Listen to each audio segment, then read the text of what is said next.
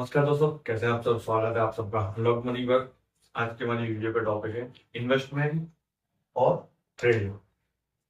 कई बार क्या होता है कि हम समझ नहीं पाते हैं कि हम इन्वेस्ट कर रहे हैं या ट्रेड कर रहे हैं। हम इन्वेस्ट करने के चक्कर में ट्रेड कर जाते हैं। ट्रेडिंग एक अलग चीज है, इन्वेस्टमेंट एक अलग चीज है। कई बार क्या होता है कि हम सोशल मीडिया या अन्य किसी प्लेटफॉर्म पर कोई स्टोरी पढ़कर ओवर मोटिवेट हो जाते हैं, और ओवर मोटिवेट होकर हम अपने पैसे को डबल करने के चक्कर में क्या करते हैं, ट्रेड कर देते हैं। इन्वेस्टमेंट की जगह ट्रेड कर देते हैं या किसी बैटिंग ऐप में भी पैसा लगा देते हैं। इससे हमारा अच्छा खासा कभी कभी लॉस भी हो जाता है, कभी कभी क्या ज्यादातर लॉस ही हो जाता है।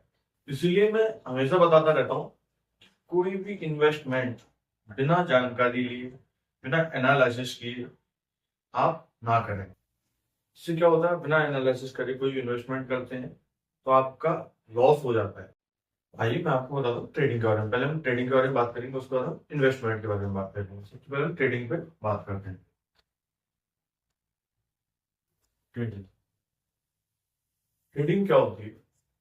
मान लो आपने कोई भी एसेट या कोई सामान या कोई भी शेयर आपने खरीदा कम दाम पर और ज्यादा दाम पर बेच दिया। शेयर में क्या होता है, आपको ज्यादा दाम में पहले बेचकर फिर बाद में खरीद भी सकते हो कम दाम पर। एक शेयर में ऐसा भी हो जाता है, शेयर मार्केट में आप कर सकते हो।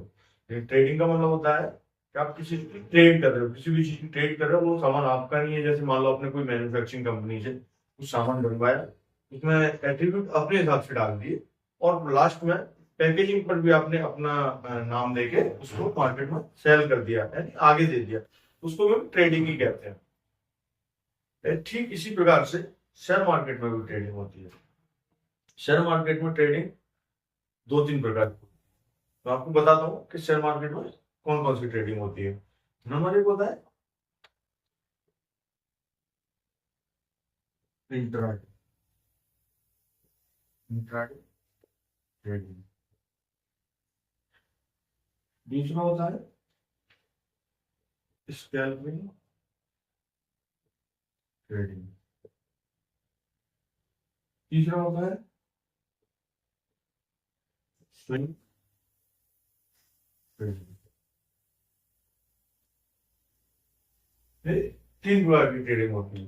मैं आपको बता देता हूँ ये तीनों में अंतर क्या है। तो हम तीनों के बारे में एक एक करके समझते हैं। सबसे पहले कौन आता है, इंट्राडे ट्रेडिंग।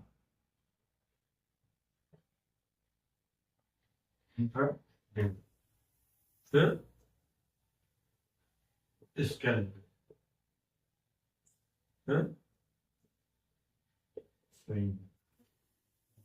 इंट्राडे में क्या होता है, तुमने कोई भी ट्रेड ली यानी और उसको आज के आज ही हमको सेल करना पड़ेगा। यानी मार्केट ओपन टाइम से लेके मार्केट क्लोज टाइम होने तक हमको इसको ट्रेड को क्लोज करना पड़ेगा, नहीं तो ऑटो क्लोज हो जाएगी। और हमें इस पे, अगर ऑटो क्लोज होती है तो हमें इस पे एक्स्ट्रा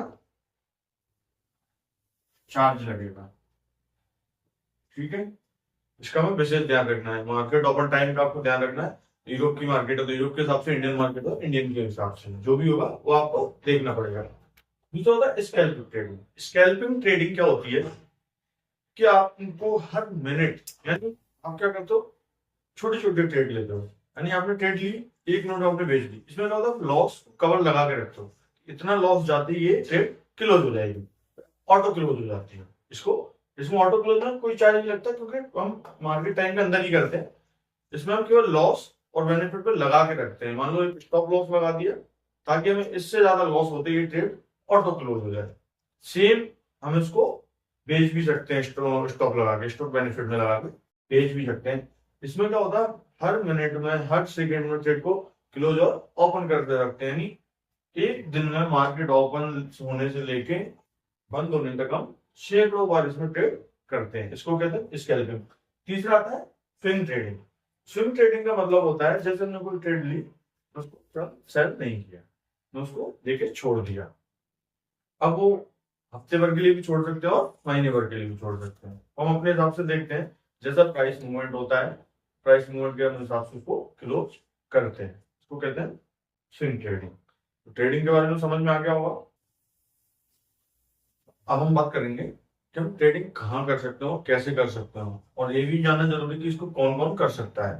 ऐसा नहीं कि ट्रेडिंग हर व्यक्ति कर सकता है। ट्रेडिंग करने के लिए बहुत जानकारी चाहिए होती है, बहुत एनालिसिस करना होता है, इसलिए मैं इसको अच्छे से सोच समझ कर ही करना चाहिए। हम ट्रेडिंग कहाँ कहाँ कर सकते हैं, तो हम इक्विटी यानी शेयर पर भी हम ट्रेडिंग कर सकते हैं। दूसरा होता है आपका future and option. Future and option में ट्रेडिंग भी होती है, ठीक है। तीसरा होता है आपका गोल्ड में भी होती है, और आपका ऑयल एंड मेटल, इस पे भी ट्रेडिंग आप कर सकते हैं। फिर आते हैं हम यहाँ पे करेंसी। करेंसी करेंसी का मतलब जैसे डॉलर ले लिया, रुपया ले लिया और यूरो, इन सब में हम आपस में ट्रेडिंग कर सकते हैं। ये ऊपर नीचे आते जाते रहते हैं, हम इसकी ट्रेड लेते हैं, क्लोज करते हैं। इससे क्या होता है, हमें ट्रेड में जो भी बेनिफिट होता रहता है। फिर हम आते हैं क्रिप्टो करेंसी। क्रिप्टो करेंसी में क्या होता है, हमें डिजिटल कॉइन्स में ट्रेड करना पड़ता है।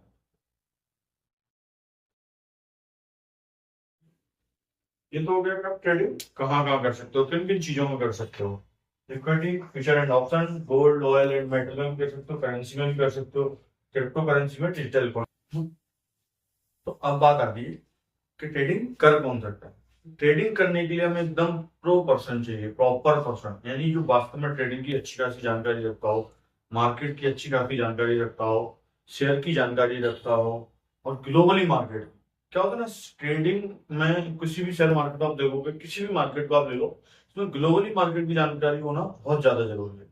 नहीं, ग्लोबल से ही तय होता है कि क्या चल रहा है, देश में क्या चल रहा है, विदेश में क्या चल रहा है, किस सेक्टर में क्या चल रहा है। हम इन सब चीजों की जानकारी रखेंगे तो हमें पता चलेगा कौन सा शेयर ऊपर जा सकता है, कौन सा शेयर नीचे जा सकता है। तो इसके लिए सबसे पहली बात क्या है, ट्रेडिंग करने के लिए कौन होना चाहिए, जो व्यक्ति ट्रेडिंग कर रहा है उसको प्रॉपर प्रॉपर ट्रेडर होना चाहिए। आप ऐसे ही ट्रेडिंग नहीं कर सकते बिना जानकारी के, नहीं तो आप लॉस ले लेंगे। दूसरा आता है रिस्क लेवल चेक करना। रिस्क लेवल, कोई भी काम चालू करने से पहले हमें उसका रिस्क लेवल जरूर जांचना चाहिए, कुछ भी हो। एक्स वाई जेड ऐसा नहीं कि आप इन्वेस्टमेंट कर रहे हैं, ट्रेडिंग कर रहे हो, कुछ भी कर रहे हो, आप गाड़ी भी लेते हो तो आप उसका चेक करते हो कि कैसा माइलेज है, क्या है, सब कुछ चेक करते हो। रिस्क लेवल एक बहुत बढ़िया चीज है, अगर हम इसको चेक करते हैं तो हमें लॉस होने के चांसेस बहुत कम है। तो रिस्क लेवल कितना होता है ट्रेडिंग में, ट्रेडिंग में रिस्क लेवल होता है वेरी हाई, वेरी हाई, ये बहुत ज्यादा रिस्क होता है। इसलिए जिस व्यक्ति का एनालिसिस करना आता है या जो व्यक्ति नॉलेज रखता है उसी को ट्रेडिंग करनी चाहिए। दूसरा पार्ट आता है इन्वेस्टमेंट का। अब हम बात करते हैं इन्वेस्टमेंट की, यानी इन्वेस्टमेंट क्या होता है। इन्वेस्टमेंट एक ऐसी चीज होती है जिसमें हम अपने पैसे को, अपने अमाउंट को लंबे समय तक किसी ऐसे एसेट में लगाते हैं और उससे हमें अच्छा खासा रिटर्न मिलता है। और इसमें हमें क्या होता है, कंपाउंडिंग की भी हेल्प मिलती है। इन्वेस्टमेंट में कंपाउंडिंग की हेल्प बहुत ज्यादा मिलती है। कंपाउंडिंग की मदद से हम देखते हैं कि छोटा छोटा अमाउंट बहुत ज्यादा बड़ा हो जाता है। जैसे मान लो 10 साल, 20 साल, 30 साल हम जब ऐसे इन्वेस्ट करते हैं तो छोटे से छोटा अमाउंट में हमें काफी बड़ा उसमें बदलाव दिखता है। तो हम देखते हैं कि हम इन्वेस्टमेंट कहाँ कहाँ कर सकते हैं, अपने पैसे को कहाँ कहाँ इन्वेस्ट कर सकते हैं। तो सबसे पहले क्या आता है इन्वेस्ट करने में, सबसे पहले आता है कि हम बैंक में भी इंटरेस्ट पे दे सकते हैं, बैंक में। दूसरा आता है अपना एफडी यानी फिक्स्ड डिपॉजिट। फिर आता है अपना म्यूचुअल फंड। इसमें क्या, म्यूचुअल फंड में क्या करते हैं हम, एसआईपी और लंप सम, इनके बारे में वीडियो बना चुका हूं। फिर आता है अपना पीपीएफ। पीपीएफ का मतलब होता है पब्लिक प्रोविडेंट फंड। फिर अब किसी कंपनी के शेयर भी खरीद सकते हैं। और फिर आता है गोल्ड या ऑयल, इसमें भी हम पैसे को लगा सकते हैं लंबे समय के लिए। फिर आता है रियल स्टेट। तो ये होता है अपना इन्वेस्टमेंट, हम यहाँ इन्वेस्टमेंट कर सकते हैं।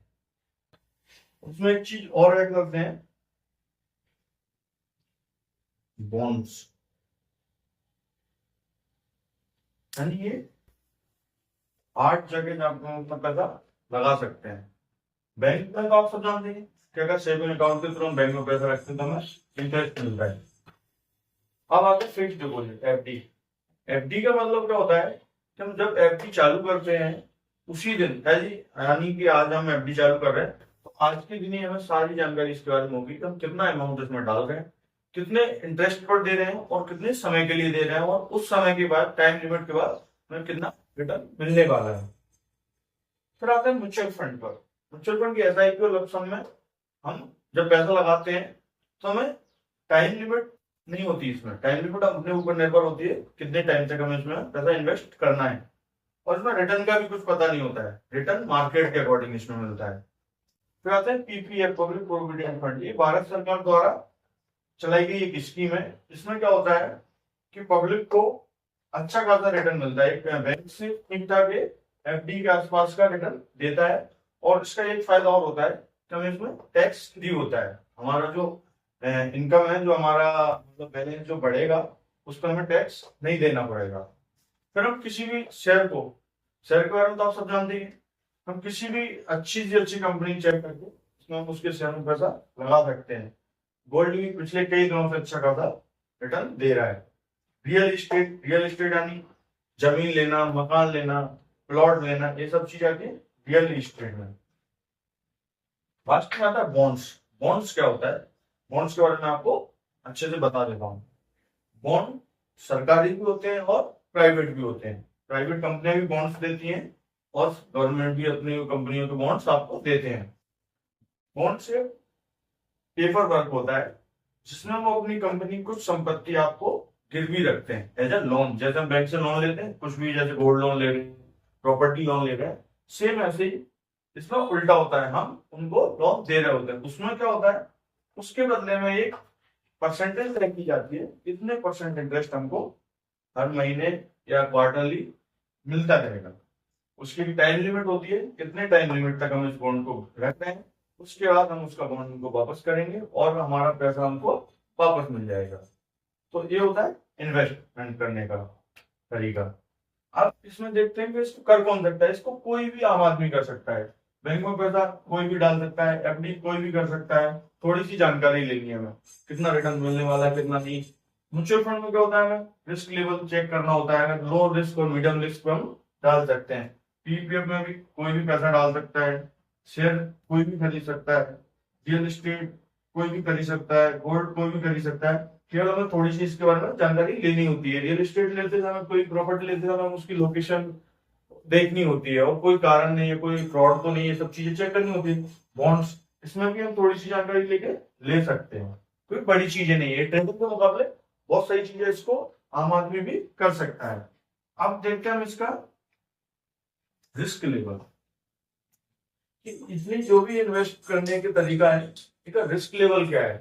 तो इसका रिस्क लेवल होता है वेरी लो, और लो भी होता है और मीडियम। इसमें क्या होता है, रिस्क का लेवल बहुत कम होता है, ना के बराबर तो नहीं होगा लेकिन बहुत कम होता है। इसमें कभी कभी कोई क्रैश आता है, बड़ा क्रैश आता है, ग्लोबली क्रैश की वजह से भी होता है, या इलेक्शन क्रैश भी आते रहते हैं, तो हमें थोड़ा सा नुकसान हो सकता है। उम्मीद है कि आपको वीडियो समझ में आ गई होगी। सारी चीज, जो भी चीज आपको समझ में नहीं आएगी मुझे आप कमेंट करके बता सकते हैं।